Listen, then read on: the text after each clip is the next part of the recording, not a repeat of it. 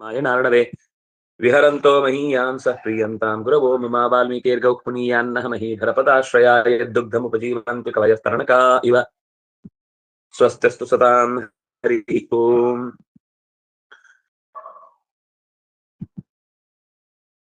ಯಾರಿದ್ದಾರೆ? ಹಾ, ಚೈತನ್ಯ ಅವರು ಹೇಳಿ. ಭೂಯಾನಭೂತ್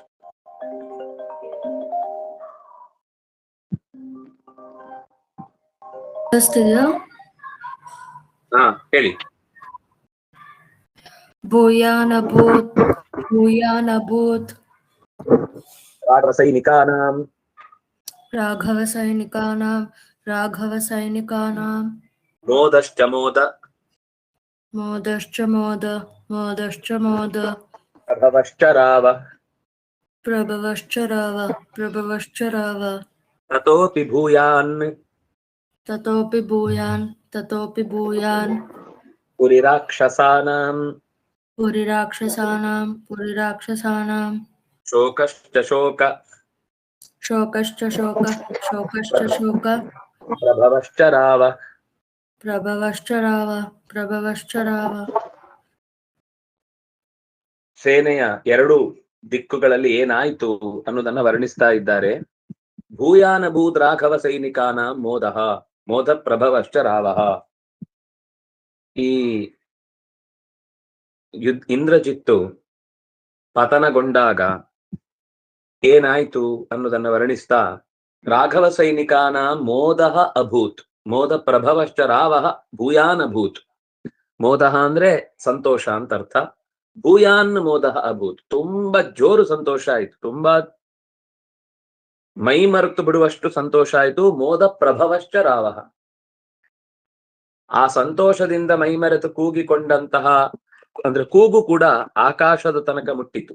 ಅಷ್ಟು ಚೆನ್ನಾಗಿ ಆ ಜಯದ ಗೆಲುವಿನ ಗಳಿಗೆಗಳನ್ನ ಉತ್ಸಾಹದಿಂದ ಆಚರಿಸಿದ್ರು ಕಪಿಗಳ ಗುಂಪಲ್ಲಿ. ತತೋಪಿ ಭೂಯಾನ್, ಆದ್ರೆ ಅದಕ್ಕಿಂತ ಜೋರಾದ ಧ್ವನಿ ಎದುರಾಳಿಗಳ ಮನೆಯಲ್ಲಿ ಕೇಳಿಸ್ತಾ ಇತ್ತು. ಪುರಿ ರಾಕ್ಷಸಾನ ಭೂಯಾನ್ ಶೋಕಃ, ಇವರು ಸಂತೋಷದಿಂದ ಕೂಗ್ತಾ ಇದ್ರೆ ಅವರು ದುಃಖದಿಂದ ಕಿರ್ಚಾಡ್ತಾ ಇದ್ದಾರೆ. ಶೋಕಶ್ಚ ಶೋಕ ಪ್ರಭವಶ್ಚ ರಾವಃ, ಅಳ್ತಾ ಇದ್ದಾರೆ, ವ್ಯಥೆ ತಡಿಲಿಕ್ಕಾಗ್ತಾ ಇಲ್ಲ.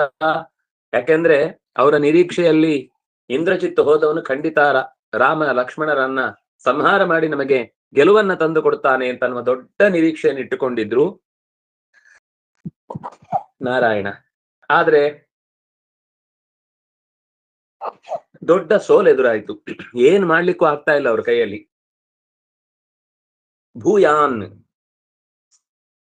ಭೂಯಾನ್ ಅನ್ನೋದು ಪುಲ್ಲಿಂಗದ ಪ್ರಥಮ ವಿಭಕ್ತಿ ಏಕವಚನದ ಶಬ್ದ. ಭೂಯಾನ್ ಭೂಯಾಂಸೌ ಭೂಯಾಂಸಃ, ಭೂಯಸ್ ಶಬ್ದ. ಭೂಯಾನ್ ಭೂಯಾಂಸೌ ಭೂಯಾಂಸಃ, ಭೂಯಾಂಸಂ ಭೂಯಾಂಸೌ ಭೂಯಸಃ, ಭೂಯಸಾ ಭೂಯೋಭ್ಯಾಂ ಭೂಯೋಭಿಃ, ಭೂಯಸೇ ಭೂಯೋಭ್ಯಾಂ ಭೂಯೋಭ್ಯಃ, ಭೂಯಸಃ ಭೂಯೋಭ್ಯಾಂ ಭೂಯೋಭ್ಯಃ, ಭೂಯಸಃ ಭೂಯಸೋಃ ಭೂಯಸಾಂ, ಭೂಯಸಿ ಭೂಯಸೋಃ ಭೂಯಸ್ಸು ಅಂತ ಒಟ್ಟು ಶಬ್ದ ನಡೆಯುವ ಕ್ರಮ. ಅಭೂತ್ ಲುಂಗ್ ಪ್ರಥಮ ಏಕ. ರಾಘವಸ್ಯ ಸೈನಿಕಾಃ ರಾಘವ ಸೈನಿಕಾಃ ಷಷ್ಠಿ ವಿಭಕ್ತಿ ಬಹುವಚನ ರಾಘವ ಸೈನಿಕಾನಾಂ ಸೈನಿಕಾನಾಂ. ಮೋದಃ ಪುಲ್ಲಿಂಗ ಪ್ರಥಮ ಏಕ. ಮೋದಃ ಚ ಮೋದಶ್ಚ ಶ್ಚುತ್ವ ಸಂಧಿ. ಮೋದ ಪ್ರಭವಃ ಮೋದಾತ್ ಪ್ರಭವತೀತಿ ಮೋದ ಪ್ರಭವಃ, ಪ್ರಭವತೀತಿ ಪ್ರಭವಃ ಮೋದಾತ್ ಪ್ರಭವಃ ಮೋದ ಪ್ರಭವಃ.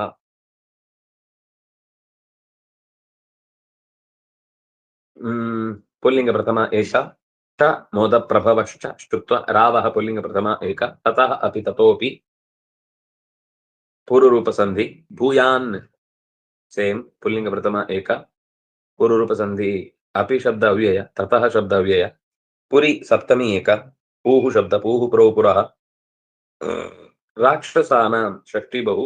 ಶೋಕಃ ಪುಲ್ಲಿಂಗ ಪ್ರಥಮ ಏಕ. ಶೋಕ ಪ್ರಭವಃ ಪುಲ್ಲಿಂಗ ಪ್ರಥಮ ಏಕ. ಶೋಕಾತ್ ಪ್ರಭವತೀತಿ ಶೋಕ ಪ್ರಭವಃ ಚ ಶ್ಚುತ್ವ ರಾವಃ ಪುಲ್ಲಿಂಗ ಪ್ರಥಮ ಏಕ. ಸುಧಾ ಅವರು ಹೇಳಿ. ಮೃತಂ ನಿಶಮ್ಯೇಂದ್ರಜಿತಂ ಸುತಂ ಸ್ವಂ. ಮೃತಂ ನಿಶಮ್ಯೇಂದ್ರಜಿತಂ ಸುತಂ ಸ್ವಂ. ಮೃತಂ ನಿಶಮ್ಯೇಂದ್ರಜಿತಂ ಸುತಂ ಸ್ವಂ. ಪ್ರಾಣೋಪಮಾನಂ प्राणोपमानं प्राणोपमानं व्यलपद्दशास्यः व्यलपद्दशास्यः व्यलपद्दशास्यः आवत्सनौ त्वम् आवत्सनौ त्वं पितरौ विहाय पितरौ विहाय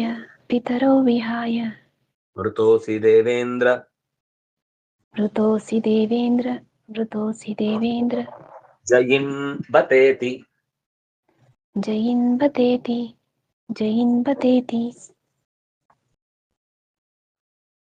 ಇಂದ್ರಜಿತ್ತು ರಾವಣನ ಮಗ ತನ್ನ ಸತ್ತಿದ್ದಾನೆ ಅಂತ ಕೇಳಿ ದಶಾಸ್ಯ ರಾವಣನ ಕಿವಿಗೆ ಬಿದ್ದೊಡನೆ ಪ್ರಾಣೋಪಮಾನಂ ವ್ಯಲಪತ್, ಪ್ರಾಣಪ್ರಿಯನಾದಂತಹ ಇಂದ್ರಜಿತ್ತನ್ನ ಕಳ್ಕೊಂಡ ದುಃಖಕ್ಕೆ ಜೋರಾಗಿ ಅತ್ತ. ಪ್ರಾಣೋಪಮಾನಂ ಸ್ವಂ ಸುತಂ ಇಂದ್ರಜಿತಂ ಮೃತಂ ನಿಶಮ್ಯ ದಶಾಸ್ಯ ವ್ಯಲಪತ್.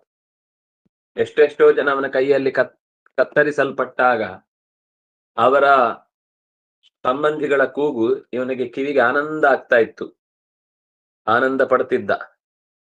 ಈಗ ಅದೇ ರೀತಿಯ ಒಂದು ಸಿಚುವೇಶನ್ನು ಸಹಜವಾಗಿ ಇಂದ್ರಜಿತ್ನ ಸಾವಿನಿಂದ ದಶಾಸ್ಯ ಉಣಬೇಕಾಯಿತು. ಮೃತಂ ಏನು ಅಂತ ಕೂಗಿಕೊಂಡ, ಹಾವತ್ಸ ಎಲೈ ಮಗುವೆ, ನೌ ಪಿತರಂ ತ್ವಂ ವಿಹಾಯ ಮೃತೋಸಿ. ಅವನನ್ನು ಸಂಬೋಧನೆ ಮಾಡಿದ್ದು ದೇವೇಂದ್ರ ಜಯಿನ್, ಇಂದ್ರನನ್ನು ಕೂಡ ಥರನೆ ನಡುಗಿಸಿದಂತಹ ನೀನು ನೌ ಪಿತರೌ ನೌ ವಿಹಾಯ ಮೃತೋಸಿ, ತಂದೆ ತಾಯಿಗಳಾದ ನಮ್ಮಿಬ್ಬರನ್ನ ತೊರೆದು ನೀನು ಹೇಗೆ ಪ್ರಾಣವನ್ನ ತೊರೆದೆ. ಬತ ಅಂದ್ರೆ ಅಯ್ಯಯ್ಯೋ ಅಬ್ಬಾ ಅಂತ ದುಃಖದ ಉದ್ಗಾರ ಅದು ಬತ ಅನ್ನುವ ಶಬ್ದ. ಹಾ ಅಯ್ಯೋ ಅಂತ ಶಬ್ದಗಳ ಪ್ರಯೋಗ ಅದು. ಪ್ರಾಣಕ್ಕೆ ಸಮನಾದ ತನ್ನ ಮಗನಾದ ಇಂದ್ರಜಿತ್ನ ಸಾವಿನ ಸುದ್ದಿಯನ್ನ ಕೇಳಿ 10 ತಲೆಯವ 20 ಕಂಗಳಲ್ಲಿ ನೀರು ಸುರಿಸಿದ. ಎಲೈ ಮಗನೇ, ಅಯ್ಯೋ, ತಂದೆ ತಾಯಿಯರಾದ ನಾವಿರುವರು ನಿನ್ನೊಡನೆ ಇರುವಾಗ ನಮ್ಮನ್ನು ತೊರೆದು ನೀನೊಬ್ಬನೇ ದೂರಕ್ಕೆ ಹೊರಟೆಯ. ಓ ಇಂದ್ರನನ್ನು ಗೆದ್ದವನೇ, ನಮ್ಮೊಂದಿಗಿಲ್ಲವಲ್ಲ. ಮೃತಂ ದ್ವಿತೀಯ ಏಕ ನಿಶಮ್ಯ ಲೆಪ್ರತ್ಯಂತಮವ್ಯಯಂ ಇಂದ್ರಜಿತಂ ಕ್ತಪ್ರತ್ಯಂತ ಇಂದ್ರಜಿತಂ ದ್ವಿತೀಯ ವಿಭಕ್ತಿ ಏಕವಚನ. ಇಂದ್ರಜಿತ್ ಇಂದ್ರಜಿತೌ ಇಂದ್ರಜಿತಃ ಪುಲ್ಲಿಂಗ ಪ್ರಥಮ ಪುಲ್ಲಿಂಗ ದ್ವಿತೀಯ ಏಕ. ಮೃತಂ ಸುತಂ ದ್ವಿತೀಯ ಏಕ ಸ್ವಂ ದ್ವಿತೀಯ ಏಕ. ಪ್ರಾಣೋಪಮಾನಂ ಪ್ರಾಣಾಃ ಏವ ಉಪಮಾನಂ ಯಸ್ಯ ಸಹ ಪ್ರಾಣೋಪಮಾನಃ ತಂ ದ್ವಿತೀಯ ಏಕ. ವ್ಯಲಪತ್ ಲಪ ವ್ಯಕ್ತಾಯಾಂ ವಾಚಿ ಲಂಗ್ ಪ್ರಥಮ ಏಕ ವಿ ಉಪಸರ್ಗ. ದಶಾಸ್ಯಃ ದಶ ಆಸ್ಯಾನಿ ಯಸ್ಯ ಸಹ ಪುಲ್ಲಿಂಗ ಪ್ರಥಮ ಏಕ. ಅವ್ಯಯ ವತ್ಸ ಸಂಬೋಧನಾ ಪ್ರಥಮ. ನೌ ನಮ್ಮೀರುವರನ್ನು ದ್ವಿತೀಯ ವಿಭಕ್ತಿ ದ್ವಿವಚನ. ತ್ವಂ ಪ್ರಥಮ ವಿಭಕ್ತಿ ಏಕವಚನ. ಪಿತರೌ ದ್ವಿತೀಯ ವಿಭಕ್ತಿ ದ್ವಿವಚನ. ವಿಹಾಯ ಲೆಪ್ರತ್ಯಂತಮವ್ಯಯಂ. ಮೃತೋಸಿ ಪೂರ್ವರೂಪ ಸಂಧಿ. ಮೃತಃ ಪುಲ್ಲಿಂಗ ಪ್ರಥಮ ಏಕ. ಅಸಿ ಲಟ್ ಮಧ್ಯಮ ಏಕ. ದೇವೇಂದ್ರಂ ಜಯತಿ ಇತಿ ದೇವೇಂದ್ರ ಜಯಿ ಸಂಬೋಧನಾ ಪ್ರಥಮ ದೇವೇಂದ್ರ ಜಯಿನ್. ಬತ ಅವ್ಯಯ ಇತಿ ಅವ್ಯಯ ಬತೇತಿ ಗುಣ. ಬತ ಇತಿ ಬತೇತಿ. ನವನಿಧಿಯವರು ಹೇಳಿ. ಪುನಶ್ಚ ಕೋಪಂ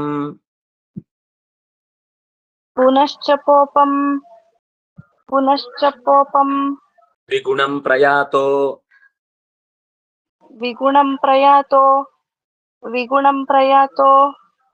ಜಿಘಾಂ ಸುರಾಯಾತ್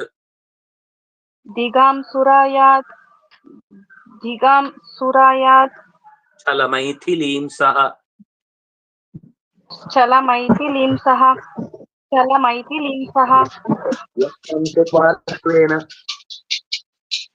ವ್ಯಕ್ತಂ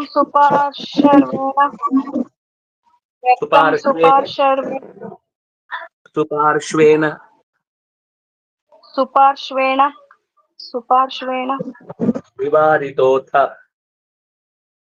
निवारितोऽथ निवारितोऽथ प्रयामास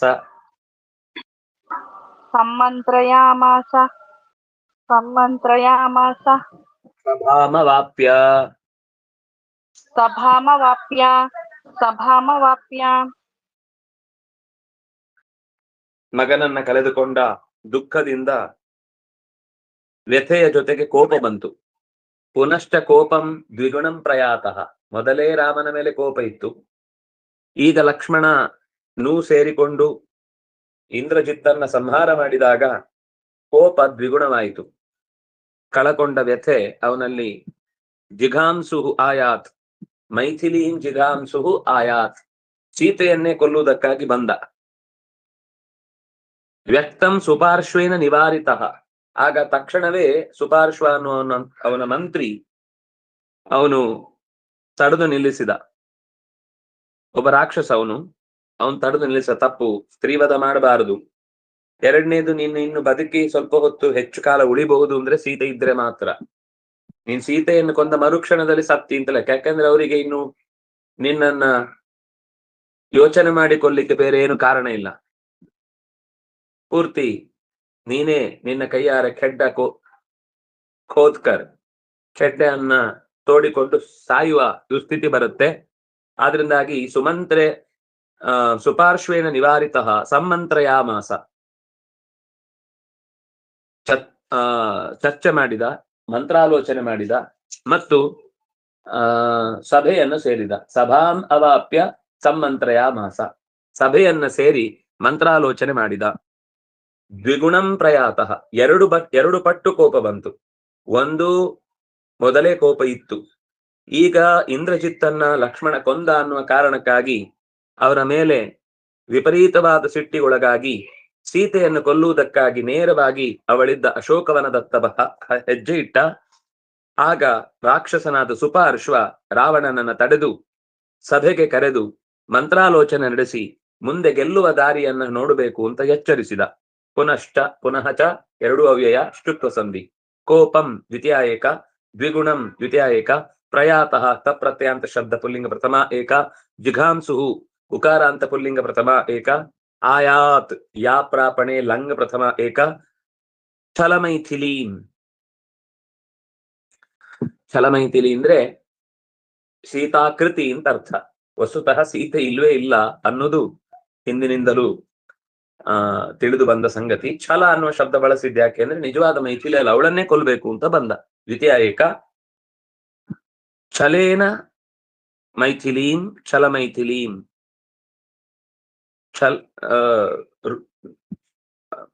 ಅಸಹಜತೆಯಿಂದ ಸೀತೆಯಾಗಿರುವ ಅಸಹಜವಾದ ಸೀತೆಯ ಕೊಲ್ಲುವುದಕ್ಕಾಗಿ ಬಂದ. ಸಹ್ ಪುಲ್ಲಿಂಗ ಪ್ರಥಮ ಏಕ, ವ್ಯಕ್ತಂ ದ್ವಿತೀಯ ಏಕ, ಸುಪಾರ್ಶ್ವೇನ ತೃತೀಯ ಏಕ, ನಿವಾರಿತಃ ಪುಲ್ಲಿಂಗ ಪ್ರಥಮ ಏಕ, ಅಥ ಅವ್ಯಯ, ಸಮ್ಮಂತ್ರಯಾಮಾಸ ಲಿಟ್ ಪ್ರಥಮ ಏಕ, ಮಂತ್ರಿ ಗುಪ್ತ ಪರಿಭಾಷಣೆ ಅಂತ ಧಾತುವಿನ ಲಿಟ್ ಪ್ರಥಮ ಏಕ, ಸಭಾಂ ದ್ವಿತೀಯ ಏಕ, ಅವಾಪ್ಯ ಲೆಪ್ ಪ್ರತ್ಯಯಾಂತಂ ಅವ್ಯಯಂ. ರಾಘವ್ ಅವರು ಹೇಳಿ. 30,000 30,000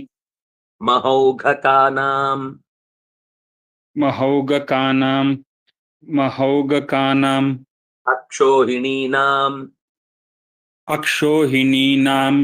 ಅಕ್ಷೋಹಿಣೀನಾಂ ಅಪಿ ಷಟ್ಸಹಸ್ರಂ ಸಮಾಧಿದೇಶಾಶು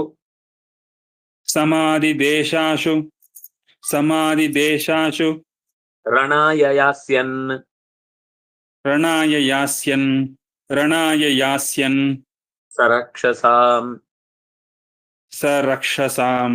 ಸರಕ್ಷಸಾಂ ರಾಕ್ಷಸಯೂಥನಾಥಃ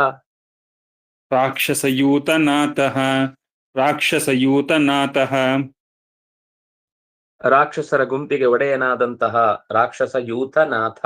ಯೂಥ ಅಂದ್ರೆ ಗುಂಪು, ನಾಥ ಅಂದ್ರೆ ಒಡೆಯ. ರಾಕ್ಷಸರ ಗುಂಪಿಗೆ ಒಡೆಯನಾದ ರಾವಣನು ರಣಾಯ ಯುದ್ಧಕ್ಕಾಗಿ ಯಾಸ್ಯನ್ ಹೊರಡುತ್ತಾ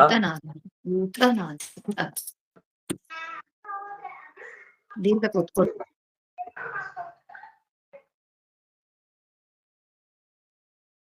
ಆ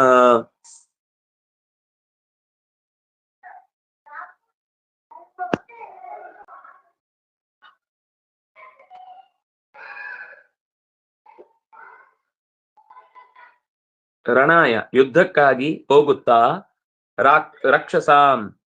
ರಾಕ್ಷಸರ ಮಹೌಘಕಾನಾಂ ದೊಡ್ಡ ಸಂಖ್ಯೆಯ, ಅಂದ್ರೆ ಮಹೋಘ ಅನ್ನೋದು ಒಂದು ನಮಗೆ ಅಂದ್ರೆ ಅದರ ಲೆಕ್ಕ ಹಾಕ್ಲಿಕ್ಕೆ ಓಘ ಅಂದ್ರೆ ರಾಶಿ ಅಂತ, ಮಹಾನ್ ಓಘ ಅಂದ್ರೆ ದೊಡ್ಡ ಸಂಖ್ಯೆ ಲೆಕ್ಕ ಹಾಕ್ಲಿಕ್ಕೆ ಸಾಧ್ಯವಿಲ್ಲದಷ್ಟು. ಆಮೇಲೆ ಅಕ್ಷೋಹಿಣೀನಾಂ ಷಟ್ಸಹಸ್ರಂ,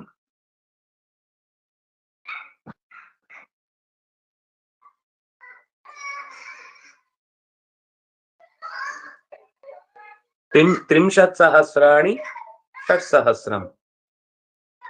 ತ್ರಿಂಶತ್ ಅಂದ್ರೆ 30, ಷಟ್ಸಹಸ್ರ ಅಂದ್ರೆ 6000, 36,000 ಅಕ್ಷೋಹಿಣಿ ಸೈನ್ಯದಷ್ಟು ದೊಡ್ಡ ಗಾತ್ರದ ಸೈನ್ಯವನ್ನ ಯುದ್ಧಕ್ಕಾಗಿ ರಾವಣ ಮತ್ತೆ ಸಿದ್ಧಗೊಳಿಸಿದ. ಯುದ್ಧದಲ್ಲಿ ಭಾಗವಹಿಸುವುದಕ್ಕೆ ಆಜ್ಞಾಪಿತವಾನ್, ಸಮಾಧಿದೇಶ ಆಜ್ಞಾಪಿಸಿದ.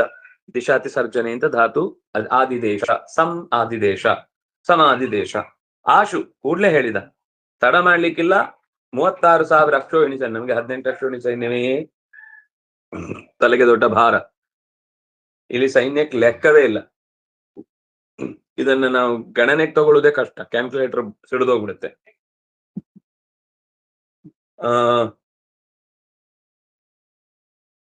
ಯೋಚನೆ ಮಾಡಬೇಕು ಯಾವ ತರ ಅವರ ಯುದ್ಧದ ಪ್ರಕ್ರಿಯೆ ಇತ್ತು ಅಂತ ಊಹಿಸುವುದು ಕಷ್ಟ.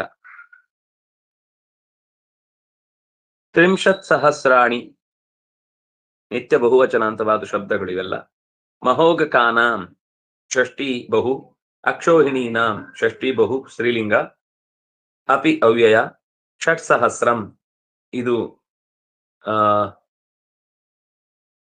ಸಹಸ್ರಂ, ಸಹಸ್ರೇ, ಸಹಸ್ರಾಣಿ ಅಂತ ಹೇಳುವ ಹಾಗೆ. ದ್ವಿತೀಯ ಏಕವಚನ.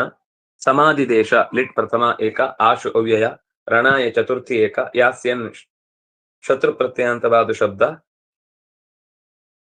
ಪ್ರಥಮ ವಿಭಕ್ತಿ ಏಕವಚನ. ಸ ಪುಲ್ಲಿಂಗ ಪ್ರಥಮ ಏಕ, ರಕ್ಷಸಾಂ ಷಷ್ಠಿ ಬಹು, ರಾಕ್ಷಸ ಯೂಥನಾಥಃ, ಯೂಥಾನಾಂ ನಾಥಃ ಯೂಥನಾಥಃ, ರಾಕ್ಷಸಾನಾಂ ಯೂಥನಾಥಃ, ರಾಕ್ಷಸ ಯೂಥನಾಥಃ ಪುಲ್ಲಿಂಗ ಪ್ರಥಮ ಏಕ. ಜ್ಯೋತಿ ಅವರು ಹೇಳಿ. ಕಲ್ಲೋಲ ಕಲ್ಪೈ. ಕ್ಷಮಿಸಿ, ನಾನು ಆಚೆ ಇದ್ದೀನಿ. ಹಾ ಸರಿ. ಸ್ಮಿತಾ ಅವರು ಹೇಳಿ. ಕಲ್ಲೋಲ ಕಲ್ಪೈ. ಕಲ್ಲೋಲ ಕಲ್ಪೈ, ಕಲ್ಲೋಲ ಕಲ್ಪೈ. ಹರಿಭಿಃ ಪರೀತ.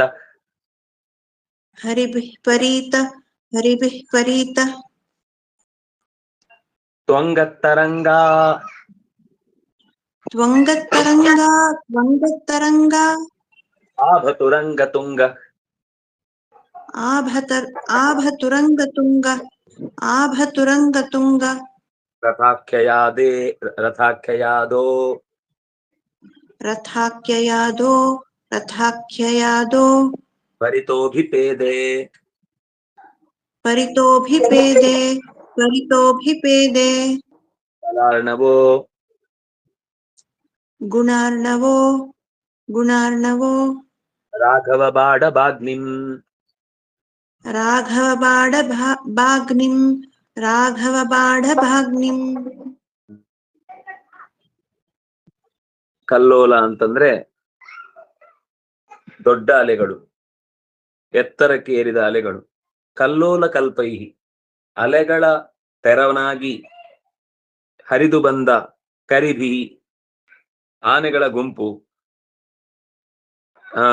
ಪರೀತಃ, ಕರಿಭಿ ಪರೀತಃ, ಆನೆಗಳಿಂದ ತೆರೆಗಳಂತೆ ಎತ್ತರವಾದ ಶರೀರವುಳ್ಳ ಆನೆಗಳಿಂದ ತುಂಬಿದ ಸುತ್ತುವರಿದ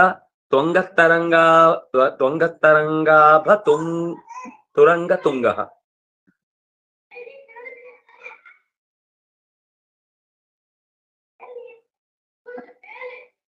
ಮತ್ತೆ ಅದೇ ರೀತಿ ತುಂಗ ಅಂದ್ರೆ ಎತ್ತರವಾದದ್ದು ಅಂತ.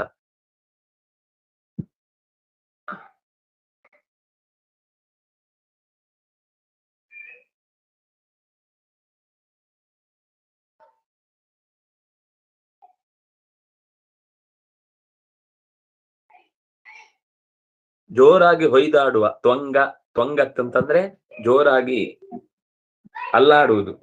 ತ್ವಂಗ ತರಂಗಾಭ ತುರಂಗ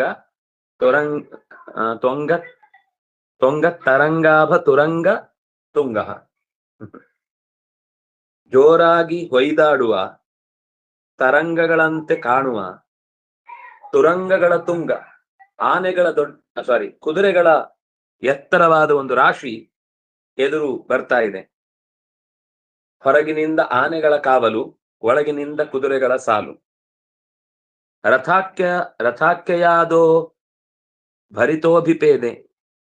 ಯಾದಸ್ ಅಂದ್ರೆ ಸಮುದ್ರದಲ್ಲಿ ಓಡುವ ತೀಮಿಂಗಿಲ.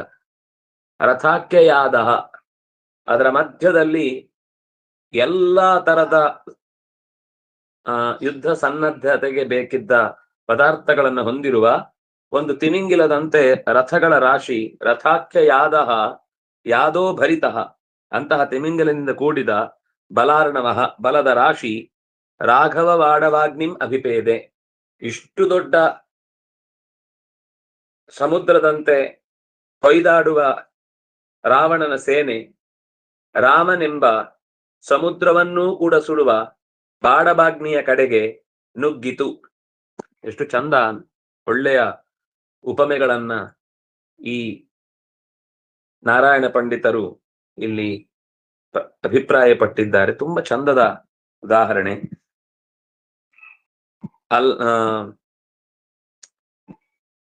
ದೊಡ್ಡ ಹೊಯ್ದಾಡುವ ತರಂಗದಂತಿರುವ ಆನೆಗಳ ಗುಂಪಿನಿಂದ ಕೂಡಿದ, ಚೆನ್ನಾಗಿ ಹೊಯ್ದಾಡುವ ಕಾಂತಿಯಿಂದ ಶೋಭಿಸುವ ಬಿಳಿಯಾದ ಕುದುರೆಗಳ ರಾಶಿ. ಅಷ್ಟೇ ಅಲ್ಲ, ಎತ್ತರದಲ್ಲಿ ಕಾಣುವ ರಥಗಳ ಗುಂಪು.